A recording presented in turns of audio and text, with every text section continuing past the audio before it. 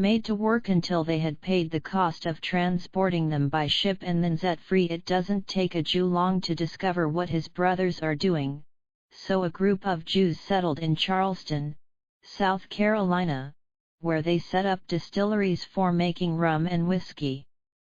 They, too, learned that they could trade with the natives on the west coast of Africa for ivory, and several ships were purchased and sent to Africa, trading the usual glass beads and other cheap ornaments for ivory, which, however, took up but little space on board ship.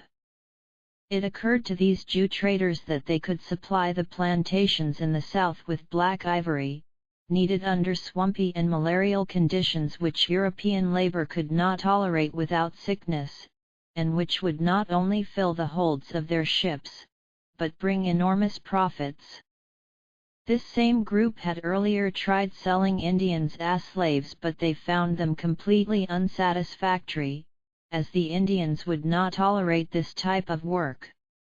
Thus, another segment of the slave trading had become active and profitable out of Charleston, South Carolina.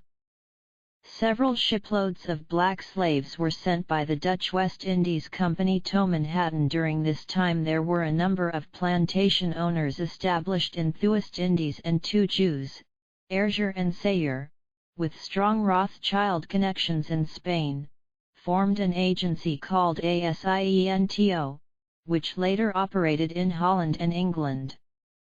It was through these connections that Jews in Holland and England exerted influence, and both of these connections cooperated in helping Jews provide black slaves for the colonists. With the yearly capture and transport of 1 million black slaves, it is not difficult to figure that from 1661 to 1774, 113 years, approximately 110 million slaves had been removed from their native land. About 10%, or 11 million, black slaves reached the colonies alive. 174. We have talked about the small ship Abigail, which could accommodate only 56 people, and yet the profits per trip were enormous. With little or no investment there were many other ships, but we will concentrate here on only a few, such as La Fortuna, Hannah, Sally or the Venue, which made very great profits. The La Fortuna, by the way, transported approximately 217 slaves on each trip. The owner cleared not less than $41,438 from such a trip. These were dollars which the slave dealers could keep. And these were dollars of value which would buy a great deal in return when one considers that the Jews of Newport owned about 300 slave transporting ships, active without interruption, docking at Newport, Africa, Charleston, or Virginia. One can approximate the tremendous earnings which made their way to Jewish ship owners. Indeed, the Jews admit that of the 600 ships leaving Newport Harbor into all the world, at least half of them went their way to Africa, and we know what these ships going to Africa were seeking. The fact that Aaron Lopez had control of over more than half of the combined deals in the colonies of Rhode Island, with Newport, is well known. The well-known Rabbi Morris A. Gutstein, in his book, The Story of the Jews in Newport, attempts to remove these facts, maintaining that there is not any evidence that Jews were connected with the slave trade. It is therefore imperative to prove that the Jew was indeed connected with the slave trading. Especially so since this rabbi insists they had made great contributions, and how very blessed their residence became for the city of Newport. Surely Morris A. Gutstein will grant USB permission to present the facts which he was unable to find. Turning to one report of the Chamber of Commerce of the Rhode Island colony in the year 1764, we find, for instance, that in the year 1723 a few merchants in Newport devised the idea to send their Newport rum to the coast of Africa. It developed into such a great export that in the matter of a few years several thousand hogsheads of rum went that way. To which purpose did this rum serve? The Carnegie Institute in Washington, D.C., presents and makes public authentic documents entitled Documents Illustrative of the History of the Slave Trade in America. We wish to present a few facts from this particular collection of original documents and scrutinize them at closer range, and not at all to prove theory for Rabbi Morris A. Gutstein in error. In this collection of the First American Institute of Learning, we evaluate the capital Rhode Island, which contributed the main share of the public documentation regarding the Slavi trading. Here we find documented the recipients of the numerous shipping letters, also letters to the slave dealers, and correspondence to the ship's captains, who were about 15% Jews, living in Newport. Among these we find, for instance, the Jew Isaac Elazar. He wrote a letter to Captain Christopher Champlain on February 6, 1763, saying he would like to be an agent for a load of slaves. Then follows the Jew Abraham Pereira Mendez, and one of the main slave 175 dealers, Jacob Rod Rivera, the father-in-law of Aaron Lopez. And then there is Aaron Lopez, himself, and many, many more other Jews. Although we have considered Aaron Lopez several times, the size of this documented treatise limits us, and we cannot describe all of the writers concerned in the slavery-dealing correspondence, their names and the special dates. Rather, we wish to study the documentation of the Carnegie Institute itself. Keeping Aaron Lopez in mind, we wish to see what in the main this Jew was pursuing and what his business was. This is due to the fact that Rabbi Morris A. Gutstein presents him as a lofty and fine civilian of Newport who was so generous and even made contributions to welfare. In a great number of published original unprejudiced writings in the Carnegie Institute, we find that Aaron Lopez pursued a tremendous commerce in rum with the African coast in exchange for slaves. These irrefutable facts are as follows. June 22, 1764, a letter by Captain William Stead to Aaron Lopez. July 22, 1765, a letter by Aaron Lopez to Captain Nathaniel Briggs. July 22, 1765, a letter to Captain Abraham All. February 4, 1766, a letter to Captain William Stead by Aaron Lopez. March 7, 1766, a letter by Captain William Stead to Aaron Lopez. February 20, 1766, a letter by Aaron Lopez to Captain William Stead. October 8, 1766, a letter by Captain William Stead to Aaron Lopez. February 9, 1767, a letter by Captain William Stead to Aaron Lopez. Aside from that, there are similar statements out of letters by Aaron Lopez in the original, which he directed to the captains Henry Kruger, David Mill, Henry White, Thomas Dolbear, and William Moore.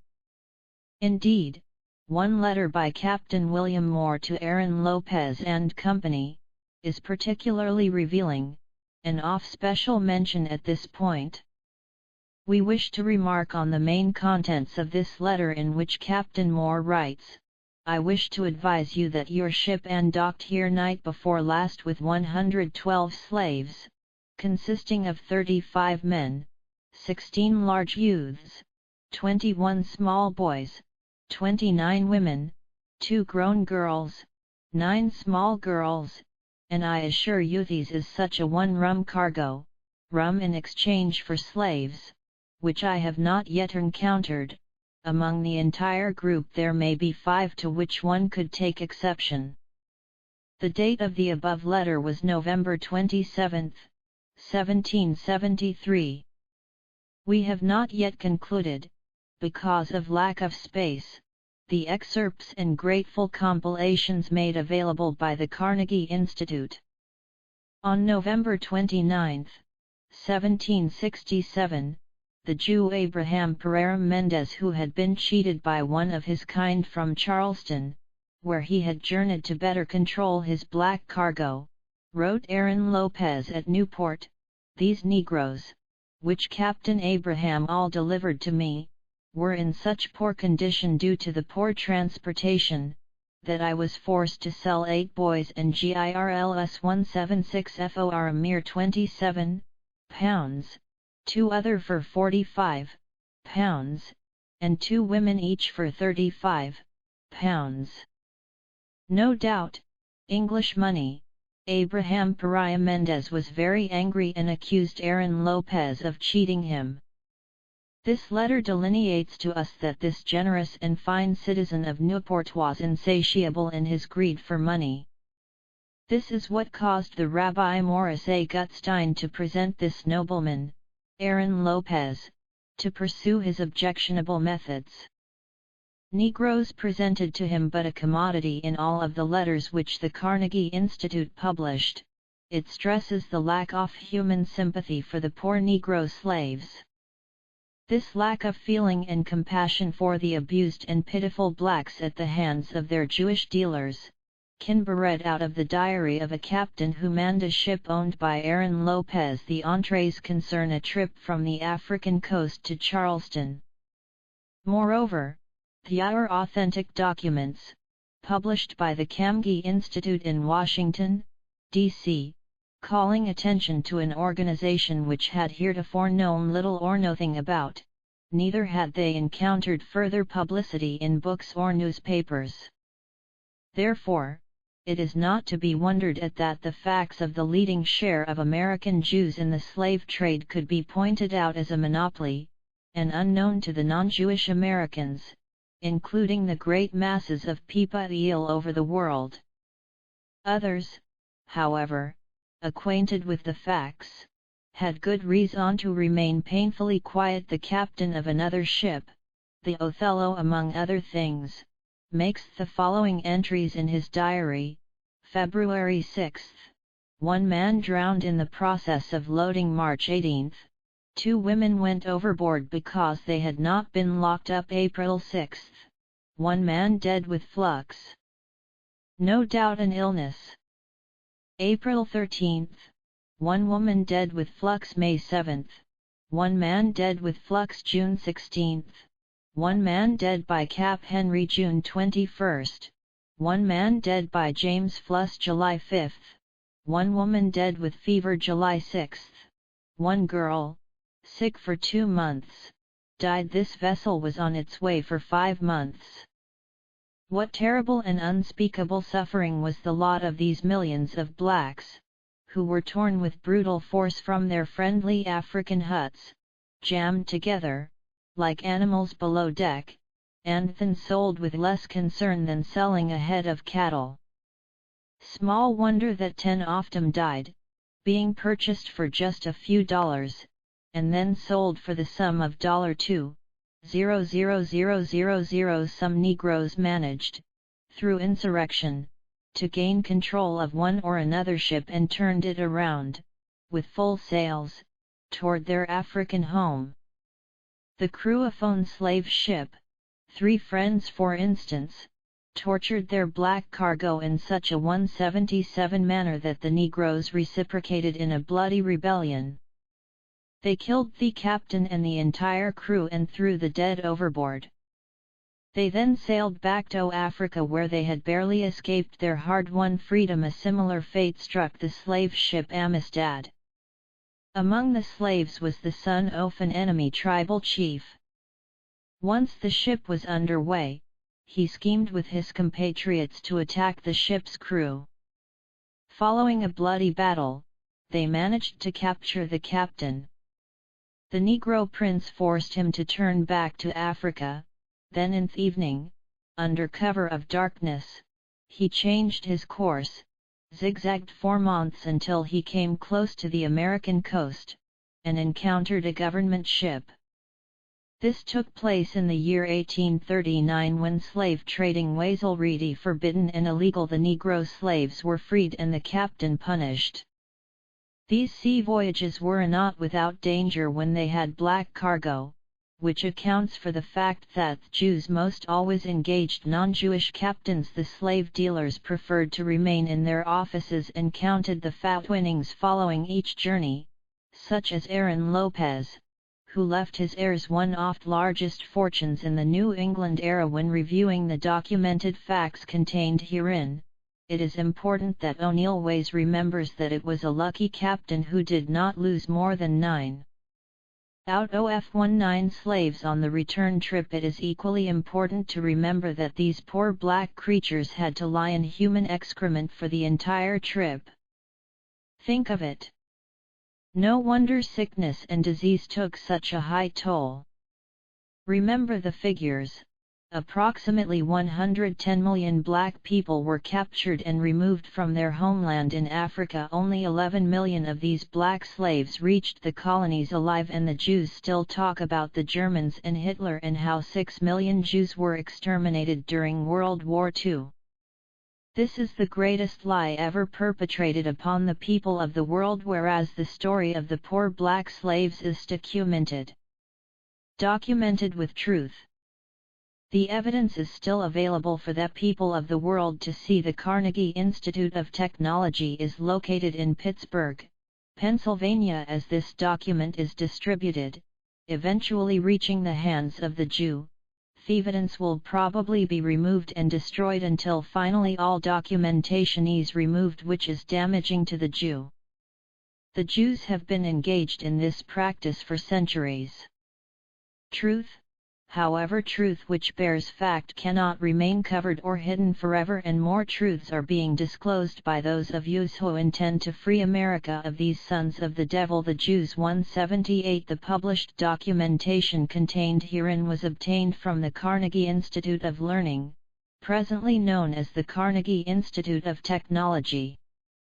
The following is a partial of the slave ships owned by Jews: Abigail by Aaron Lopez, Moses Levy, and Jacob Franks Crown by Isaac Levy and Nathan Simpson. Nassau by Moses Levy. Four Sisters by Moses Levy. Anne and Eliza by Justice Bosch and John Abrams. Prudent Betty by Henry Kruger and Jacob Phoenix. Hester by Mordecai and David Gomez. Elizabeth by David and Mordecai Gomez. Antigua by Nathan Marston and Abram Lyell. Betsy by Watt Meter D. Wolfe. Poe by James D. Wolfe.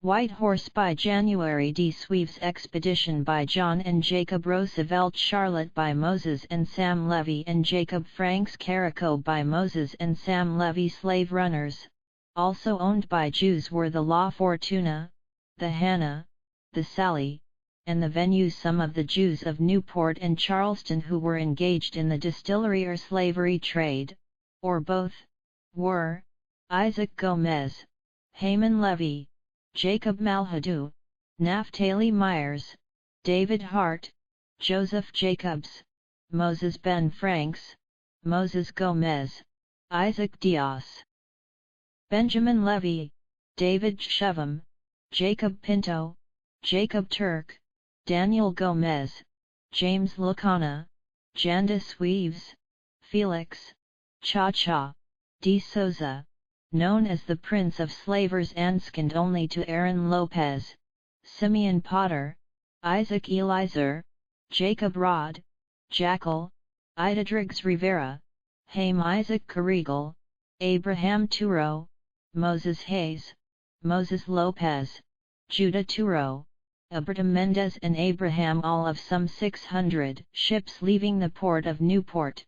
More than 300 were engaged in the slave trade.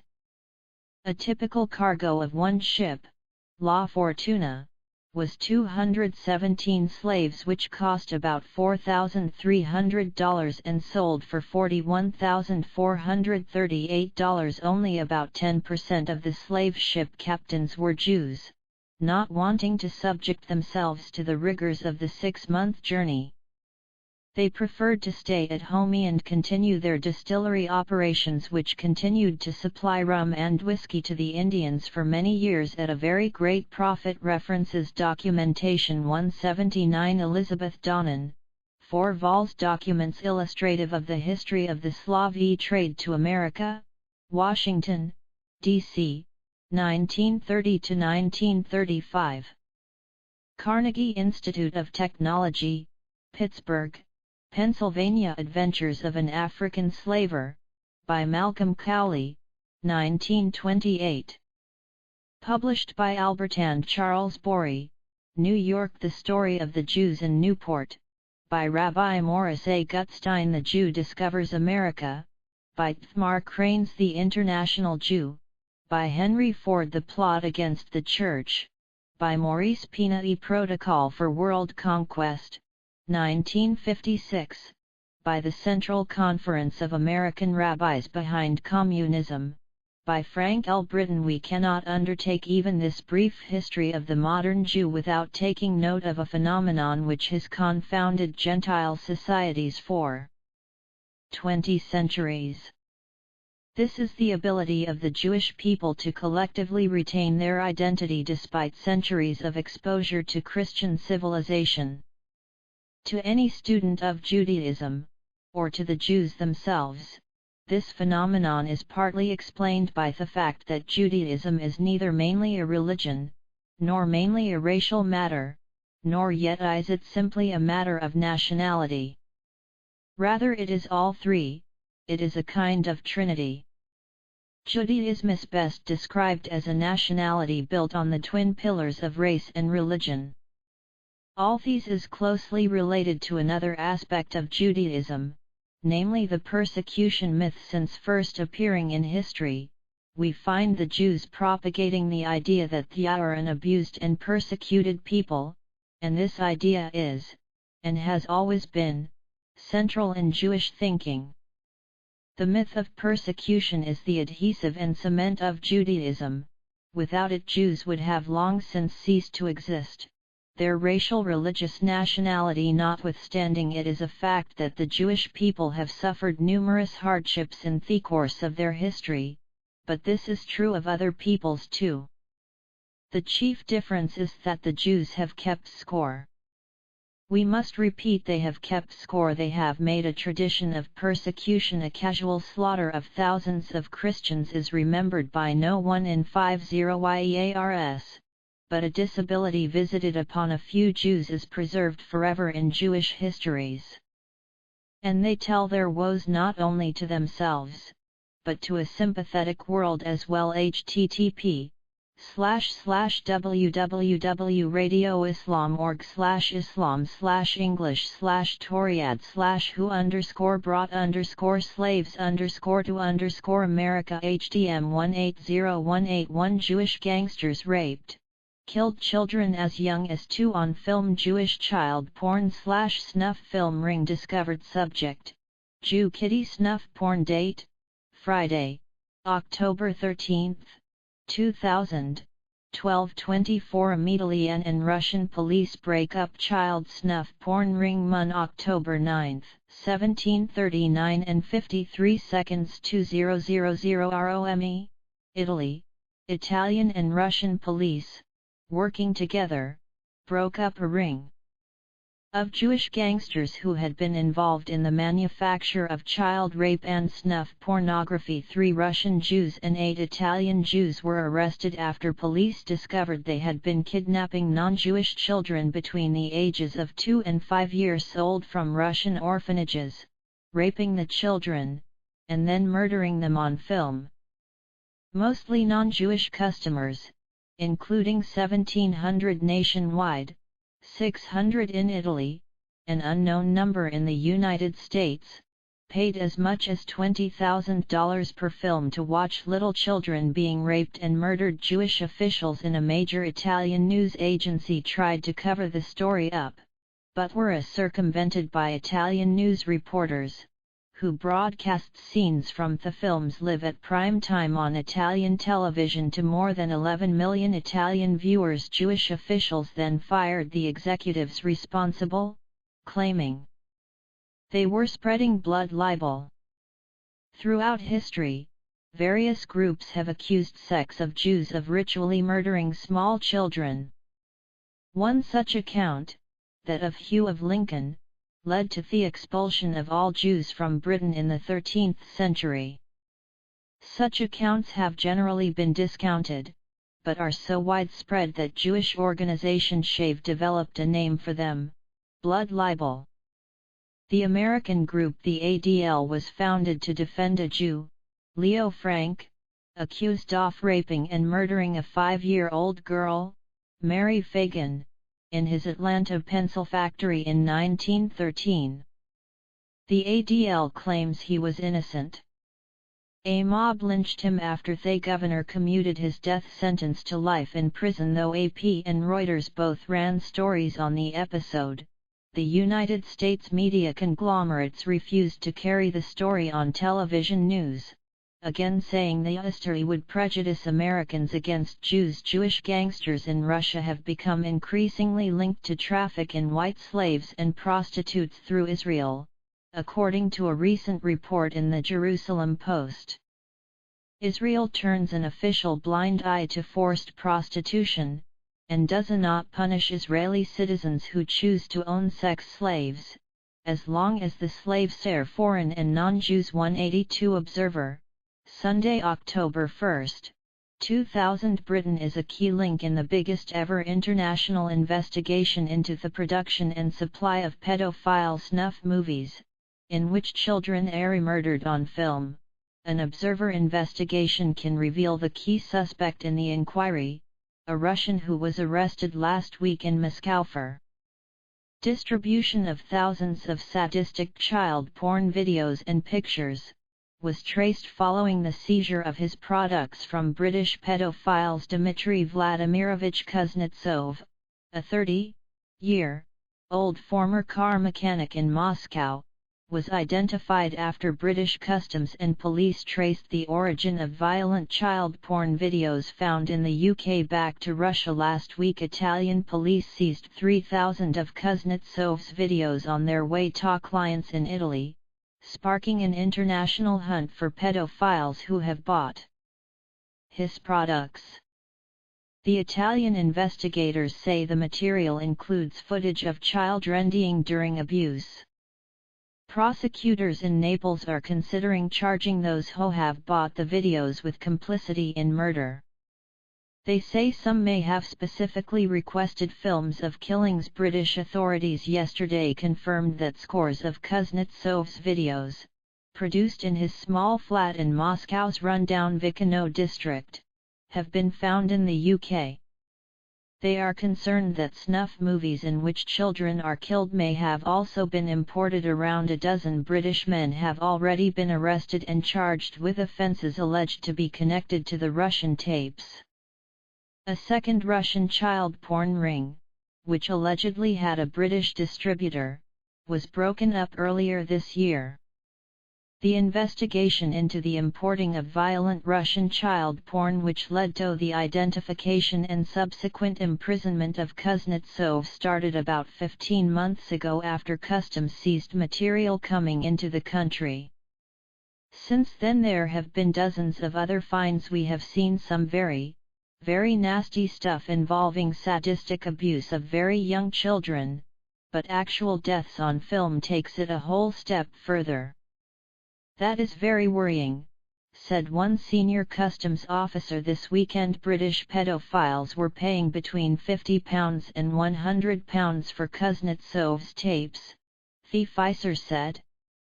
Further fees were paid for access to a website that features pictures of extremely violent abuse. Though 2 men arrested with Kuznetsov have also been imprisoned by Moscow authorities, only one of the 3 remains behind bars.